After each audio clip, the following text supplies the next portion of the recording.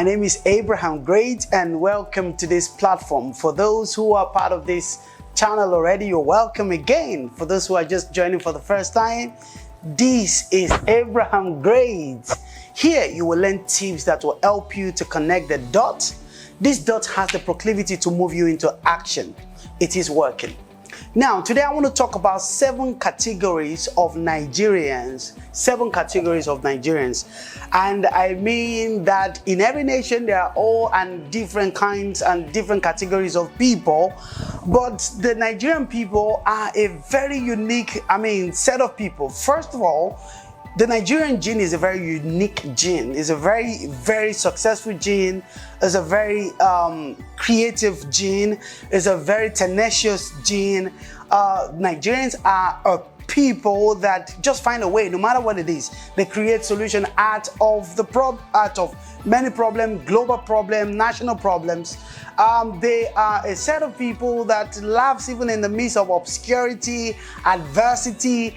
They are people that largely develops thick skins. They are a people that it is very hard to compete with them. Those who don't understand Nigerians actually envy them. In some cases, some people actually vilify them, or even some even hate them. But majority of the people that comes in contact with Nigeria, no matter where you are in the world, really want to make them as brothers, sisters, friends, husbands, wives, because there is just something. And above everything that you know about Nigerians, there's this one thing that everybody know about Nigerians. These guys are hard workers, smart thinkers. That's said about Nigerians. But when you look at Nigeria as a country, particularly in Nigeria itself, and I have the authority to say that because at least I spent the first 19 years of my life in that country from birth. And in that 19 years, yes, maybe a few times I was out of Nigeria or what have you, but I left that country from that age, and it's been over 25 years. But one thing that is consistent is that nearly every year in that 25 years, I've been back in Nigeria. I've interacted with Nigeria across every sector, at every level. So I know Nigerians reasonably well. Now let's look at the 7 categories of Nigerians. And please let me know what you think. Watch this till the end, by the way, and comment and let me know what you think about these categories and where you think you are in the category. Number 1, the people who are the problem. There is a set of people in Nigeria, either they admit or they don't admit, either they agree or they don't agree, either they are conscious of it or they are not. This set of people are actually the major problem of Nigeria. Actually, that's just the truth. These people want what they want at the expense of many or millions of Nigeria. These people do what they like at the expense of many Nigerians. These people places their personal ambition, their personal beliefs, their personal traditions, their personal religion, their personal idiosyncrasies above the need to build a nation. Look at a nation like the United Arab Emirates, for example. That country has been a good modern example of what leadership should be like: visionary, empathic, and thinking about the people. The United Arab Emirates is one of the only few countries in the entire world where you do not see a citizen poor. As a matter of fact, everybody who comes into the United Arab Emirates works for the citizens of that country. Ideas are generated to make the life of an average citizen better. Live luxurious life or live a very comfortable life. But in Nigeria, there is a sect of people who have known about Nigeria, who sees Nigeria as their personal prerogative, or who have a portion by being around the table for so long and have, privatized the country to their own. These people are not only the ruling elite. These people are not just the politicians. These people are in economy. These people are in religion. These people are in traditions. These people are not only leaders alone. These people are not only old men alone. These people also could be young. They could be, touts on the street that are reigning over a region, and it's been passed down from families to families. But these people, or this generation of people, or this set or sect of people are the problem. They are the problem. But like I said, these people would never agree or never understand unless by the way of sitting around the debate and having great interaction with every stakeholders in the nation. And some people will actually see genuinely that, my attitude of the last 10 years, my attitude of the last 20 years, my attitude perhaps of the last 60 years, or my concentration, my ambition, my own dream actually might be hindering the dreams of millions of Nigeria. The set of people who are the problem. And also at the basic level, or at a different level, at an ordinary citizens level, there are those who bring shame to the name of the country.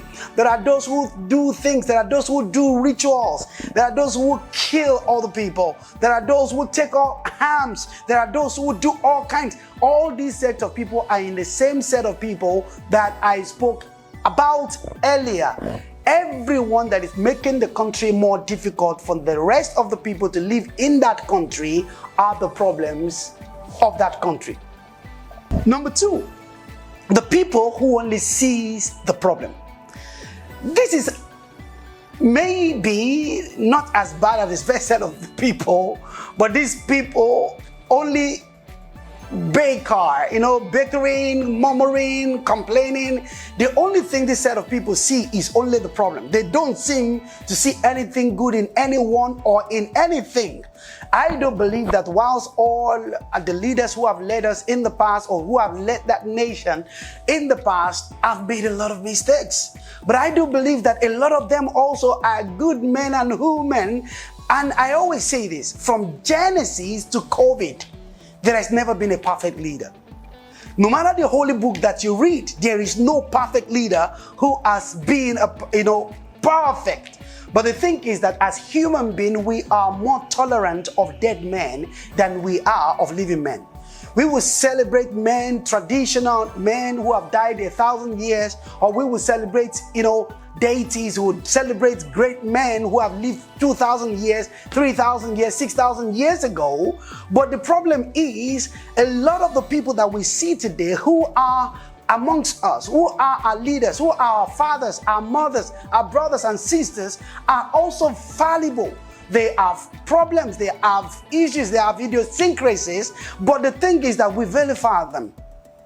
We actually only see this problem. Sometimes when we have public debate, maybe in town halls, maybe on Twitter, or any other place in newsrooms where we have debate, it's really surprising to me that some people refuse to see any ray of light or any hope in the nation, or in some cases see nothing right.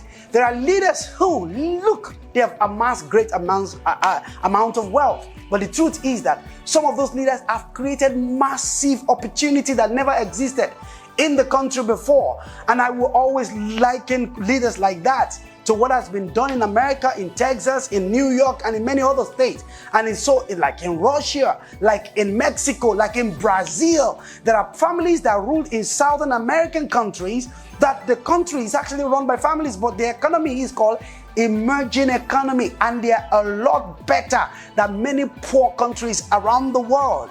While I do not agree or completely endorse, monopoly or oligopolistic and every kind of economic shenanigans, some of these people have not been entirely greedy as you think, or as thieves, as some people will call them. Some of them have actually seen visions that many would not see, and in some cases even 50 years or 100 years, the nation may not even have come that far.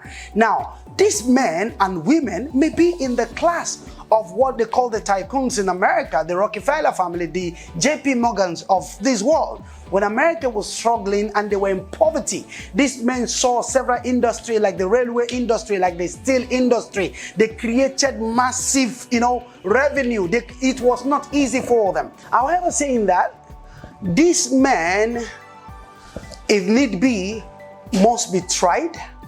You see, the trials will be for public benefits, not only for public benefits. In some cases, it might not be even to jail them or what have you, but it is to teach every other person that is aspiring to be a leader or have an opportunity to do things in such a way. In other ways, it is actually to control their appetite also, so that they know that, the way I've gone about this. And the thing and the truth of the matter is this. In some cases, some of those people did not intentionally make the mistake they make. Every human being that is striving to grow, striving to be great, creates so many things. And many years back, you may look back and say, maybe I should have done this that way, done the other one that way. But there is a group of people, there is, no matter how much you convince them, all they see in everyone in the country itself, and in everyone in the country is only the problem. This set of people also need to shape their think. We need hope in order to build any nation. There is a need for positivity. There is a need for us to be able to dialogue and see all the people, not just the way that we see alone. In some cases, we don't know it all, and we may be wrong. And these particular second categories of people leave room for two things. It's just that in Nigeria, if Nigeria was like America, this would have been easier control. And this is it. There is opportunity for the people to fall into libel or defamation. You say things about people that are not correct or that are not entirely true. So for example, we call people thieves, we call people looters. While there are people who are perpetuating that, we need to actually have all our facts tried in court. That is why I like the civility of the Western world. People may assume things, but they will rather take it on in the court and be sure that this is being validated or their argument is 100% sure. In some cases, some of us just have public knowledge and we are, writing, we are destroying people, we are protesting, we are what have you. But there is a path of advocacy. As a natural citizen, you can actually, in that country, and I respect, to be honest, I respect the place of someone like Deji Adeyanju, Omoyele Shewore, and what have you, who will hear or see, they will not just talk. So, I don't agree with them in a lot of cases, but the real truth is at least you see them doing something about it. If they find something about a leader and they find that this is inappropriate, they go to court.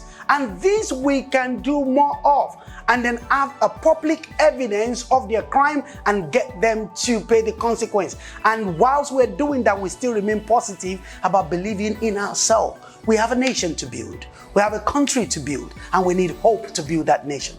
Number 3, the people who only see who the problem are. These are different from the second category. The second category of people only see the problem, but the third category of people only see who the problems are. An average Nigerian that is about 20-year-old can tell you who they think the problem of Nigeria is. Now, let alone people who are in their 40s, their 50s, or their 60s or 70s, have seen enough of the problem of Nigeria that they can actually mention a few names. Now, in some of the cases, the only place we look to blame is at the leadership level. We blame the president, the past president, the current president. We blame the governors, we blame leaders. But there are other ways that we have not seen. There are other places that we have not seen. And there is a problem when we demonize everyone who have led us. Again, from Genesis to COVID, there has never been a perfect leader. There is something good in every leader. As the saying always goes, even a dead clock is at least right twice in a day. A dead clock without battery would at least be right twice in a day. So this category of people also need to be careful, not just to demonize people, not just or only look, because it becomes an addiction that all you do is just to call out people, demonize people. You see, it has never really solved any problem. We need to move beyond that. Number 4, the people who are contributing to the problem. These people don't like the problem, but invariably contributing to the problem. And how do they do that? They blame people in leadership for one thing, but they are exhibiting the same thing as husband or as wife. They are as unfaithful as the people they criticize. These people are maybe in leadership, maybe running their own family or running an organization.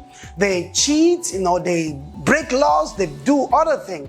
Now, these people are conscious of what the problem are, but unknowingly, and in some cases knowingly, and some will actually intentionally live a life of wrong and still blame it on other people. This set of people are contributing to the problem. Now, every parent, we have a responsibility as a parent to raise our own side of the family and be sure that what we are producing for the community are men and women, boys and girls of great virtue, of great value. Because if not, we are contributing. See, some time ago, I was made to hear about the case of a parent who knows what their child was doing. And because the child was bringing them income and taking care of them, paying their rent, they continue to endorse this child to continue to do what the child does. When the child had the opportunity to speak to me, it really breaks my heart that you mean your parent knows what you do. Your parent knows that, you might be using your body or what have you to get what you want. And they're still putting this much demand on you in order for you to take care of them. While I understand the country is going through a lot, I'm speaking to every parent out there. Please do not turn your children into money-making machine. Do not turn your children to go and do things that, and in some cases, some children, they carry burden in their 20s because they have to pay rent for their parent, they have to feed their parent, they have to do all kinds of things. And some of them are bleeding in the inside and are crying and are seeking for help. They're going to pastors, they're going to leaders, they're going to people that, look, when is it going to be okay for me? When am I going to be able to stand on my feet? I even want to go to school, but I can't go to school because my parent can't eat, my sibling can't eat. And this is a call out to the leaders of the nation that, according to Maslow's hierarchy of need, if we cannot build a nation where an average person can at least have light, have shelter over their head, we have indeed wasted all the years of existing as a nation. Number 5, the people who are taking advantage of the problem. Nigeria is a very unique country. That we have a problem. Let me give you one national problem that we have. We have a national problem of focus on one major. Nigeria has other revenue sources, but the major revenue source, for example, is crude oil. Oil and gas is a big deal in Nigeria.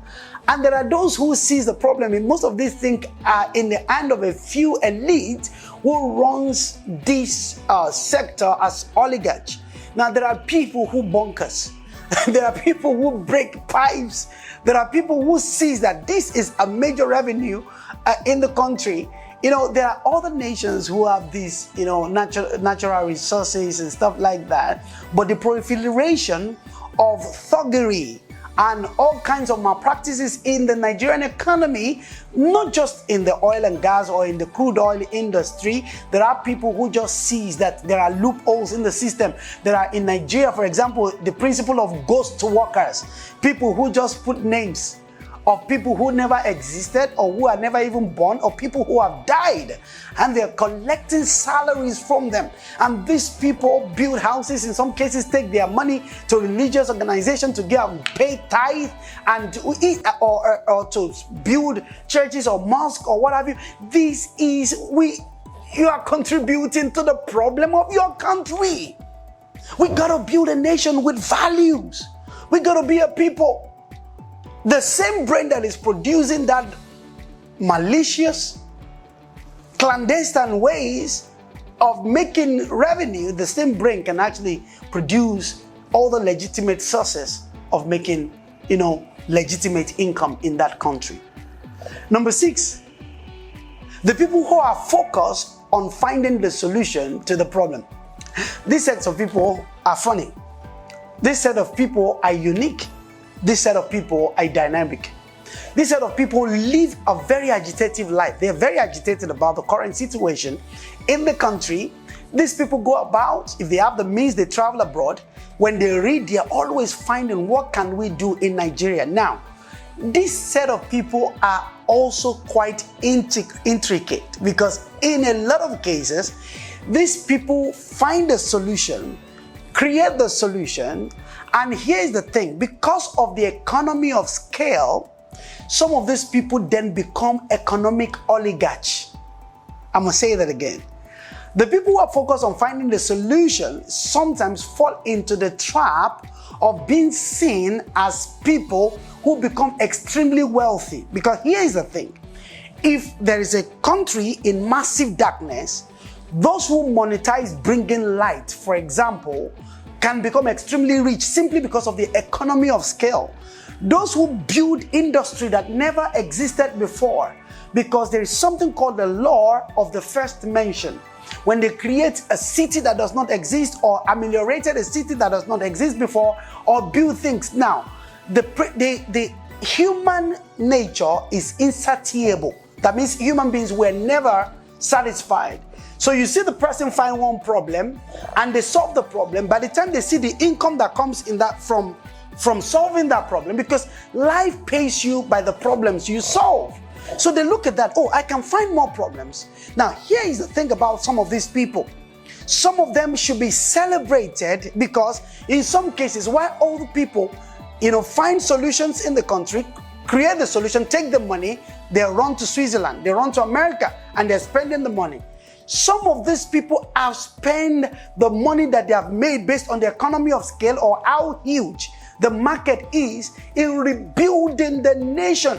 So there are different categories of people. There are those who are solving the problem or finding the solution at a larger scale, or the federal level, on the state level. But there are those who are just doing their own bit, maybe in a TV station, maybe in a religious organization, maybe in town halls, maybe in communities. Those who are creating schools, those who are creating answer, those who are creating advocacies, even those who lead protest for a change, as long as it is not towards destruction of lives and property. Every one of those people are people who are finding the solution to the problem in the country. And I know some of you are already leaving your comments, or for me, right, be kind with me a little bit, but let me know your honest opinion. Leave your comments down below. Number 7, the people who are the solution. This set of people, they are actually the answer. Some of them are hidden, but they have capacity, they have the grace, they have the resources, they have the wisdom, they have the depth of understanding to be the solution to the national problem of Nigeria. In some cases, some of these people are trapped in religion. In some cases, they're trapped in tradition. Some of them are religious leaders. Some of them are traditional leaders. Some of them are trapped in economic doors where they are running organization of their own, but they are great thinkers, they are great leaders, they're people who could lead the nation into a great path, but their concentration on building their own organization sometimes does not allow them, or some of them do not see that they could shift in dimension. As they begin to cross certain age, you cross into the age of 60, 70, you begin to enter into the realm of legacy, where you do not only contribute in your field, but you contribute on a national level. Some of them do not even need to be in government or be president or governors. It just means by forming an alliance of elders of state, stakeholders that will sit together, become the holding father, the founding father, the ameliorating fathers, the success fathers, the pathfinders for the nation. But set up a committee that can engage government, engage legislature, talk to the judiciary, create movement, or actually invest on young generation, not only who are of your religious or traditional beliefs, but engage people with potential, people who can communicate, the people who can go far in government, investing in them, pushing them forward, to become somebody in the community. The people who are the solution should wake up and realize that they are the solution. You can be a solution even without being a president or governor. There is something by a great leader that I respect and love so much. John Maxwell said 360-degree leadership. What that means is that you can lead from wherever you are. You can make a difference from wherever you are.